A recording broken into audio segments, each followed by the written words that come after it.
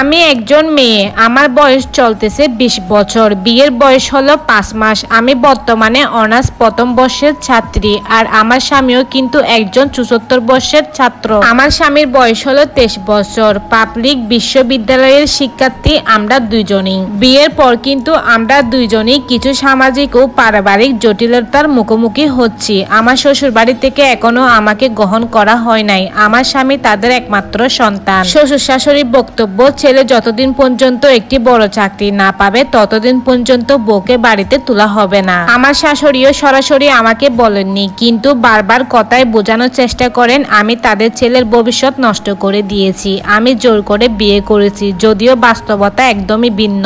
আমার স্বামীও কিন্তু স্পষ্টভাবে জানে এই বিষয়গুলা। তার জন্য কিন্তু আমার স্বামী আমাকে সব সময় মানসিকভাবে সাপোর্ট করে। তবে তার পরিবার, বিশেষ করে তার মা বাবা, আমাকে কখনো ইতিবাচক চোখে দেখেননি। বর্তমানে কিন্তু আমি 1 মাসের অন্তঃসত্ত্বা। এই খবর শুধুমাত্র আমার মা ও স্বামী জানে। আমার শাশুড়ি ফোনে আমাকে স্পষ্টভাবে বলেছেন যেন আমি বাচ্চা না নিই। তাদের মতামত যে যতদিন পর্যন্ত তাদের ছেলে বড় চাকরি পাবে না ততদিন আগে যদি আমি বাচ্চা নিয়ে ফেলি সেটা নাকি একদমই ঠিক দেখাবে না। সন্তান হলে নাকি তাদের ছেলের ভবিষ্যৎ নষ্ট হয়ে যাবে, কারণ আমাদের সন্তানকে মানুষ করতে গিয়ে। যদিও আমার মা খুব খুশি, তিনি বলেছেন বাচ্চা হলো আল্লাহর দেওয়া রহমত। সাথে কিন্তু আমার বাবা অনেক বেশি খুশি। আমার বাবা আমাকে বলতেছে আমরা কিন্তু তোর সন্তানের দায়িত্ব নেওয়ার জন্য সবসময় প্রস্তুত।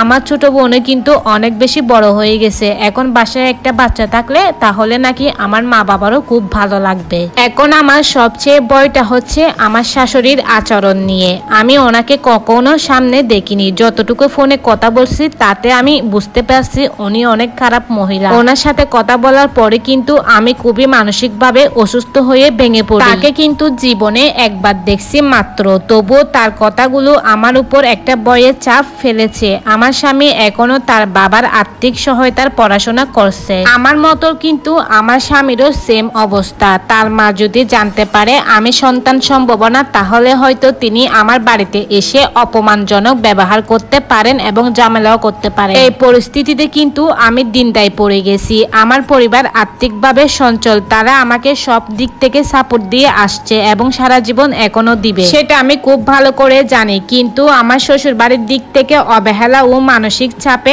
আমি অনেক বেশি দুর্বল হয়ে পড়েছি। আমি খুব ভালো করে জানি আমার এই খবরটা পেলে তারা কিন্তু আমার সাথে খুব খারাপ আচরণ করবে, এবং কি আমার ফ্যামিলির সাথেও, এবং কি তাদের ছেলের সাথেও। আমার স্বামী নিজেই বলেছেন এই পরিবেশ তিনি নিজেও অসুস্থ হয়ে পড়েন এবং চান না আমি এমন পরিবেশে গিয়ে থাকি। আমিও জানি আমার মা বাবা কখনো নিশ্চিন্তে মনে আমাকে এমন পরিবেশে পাঠাতে পারবেন না। আমি খুব ভালো করে জানি মা হওয়া একটা বিশাল বড় দায়িত্ব। এটাও জানি এই সিদ্ধান্ত আমার আর এবং আমার স্বামী। অথচ পরিস্থিতি এমন দাঁড়িয়েছে যে আমাদের ব্যক্তিগত সিদ্ধান্ত কারো না কারো অপছন্দের কারণ হয়ে দাঁড়িয়েছে, কিন্তু তাতে আমাদের কিছু করার নাই। আমার আসলে এখন কি করা উচিত, কিভাবে সবকিছু সামলে নিব, তাদের কিভাবে জানাবো, আমার খুবই ভয় হচ্ছে। অবশ্যই আপনারা কিন্তু আমাকে কমেন্ট বক্সে মতামত জানাবেন। সো এতক্ষণ আপনারা যে স্টোরিটা শুনছেন, এই স্টোরিটা ছিল একটা আপুর জীবনের কাহিনী। তো আপুটা কি করবে অবশ্যই তোমরা কিন্তু কমেন্ট বক্সে কমেন্ট করে জানাবা